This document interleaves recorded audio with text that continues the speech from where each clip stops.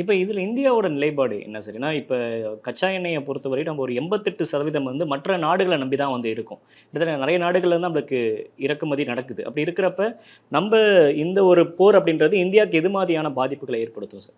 இல்ல இந்த போர் பெருசா பாதிப்பை ஏற்படுத்தாதுன்னு நான் நினைக்கிறேன். ஏன்னா, கொஞ்சம் எண்ணெயோட விலை உயர்ந்துச்சு இந்த தொடக்கத்துல. அது திருப்பி பழைய இடத்துக்கு வந்துட்டு இருக்கு. 2வது எண்ணெயோடைய சப்ளை அ அ தயாரிப்பு நெறைய இருக்கு. அதனால சந்தை வேண்டுவதை காட்டிலும் அதிகமாக எண்ணெய் வரத்து இருக்கு. அதனால அதுதான் நமக்கு முக்கியமான ஒரு பிரச்சனை. 2 பேருமே நமக்கு நண்பர்கள். இந்த போர் நிறுத்தப்படணும், இந்த போர் நிற்க வேண்டும் என்பதில் தான் இந்தியா உறுதியாக இருக்கிறது. நாம அந்த மாதிரி ஒரு நிலைப்பாடோட தான் இருக்கோம். எல்லாருமே நமக்கு நண்பர்கள் அப்படின்னு தான் நம்ம நினைச்சிட்டு இருக்கோம்.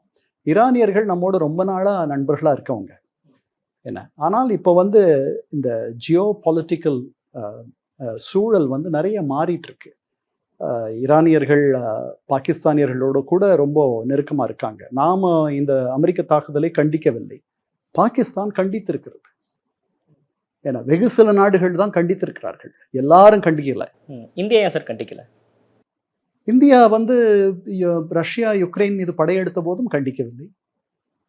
இந்தியாவோட நம்முடைய நிலைப்பாடு நம்முடைய நலன் தான். நாம எதுக்கு இஸ்ரேலை அமெரிக்காவை பகைச்சுக்கணும்னு நினைக்குது. 2வது நாம இந்த போர் இது வந்து இந்த போர் மூழுவது என்பது அபாயகரமானது, இது நல்லதல்ல. அதுதான் நம்முடைய ஸ்டாண்ட். சவுதி அரேபியாவே we are gravely alarmed, we are gravely concerned, நாங்கள் மிகுந்த கவலைக்கு ஆளாயிருக்கிறோம் அப்படிதான் சொல்றாங்க, கண்டிக்க மாட்டேன்றாங்க.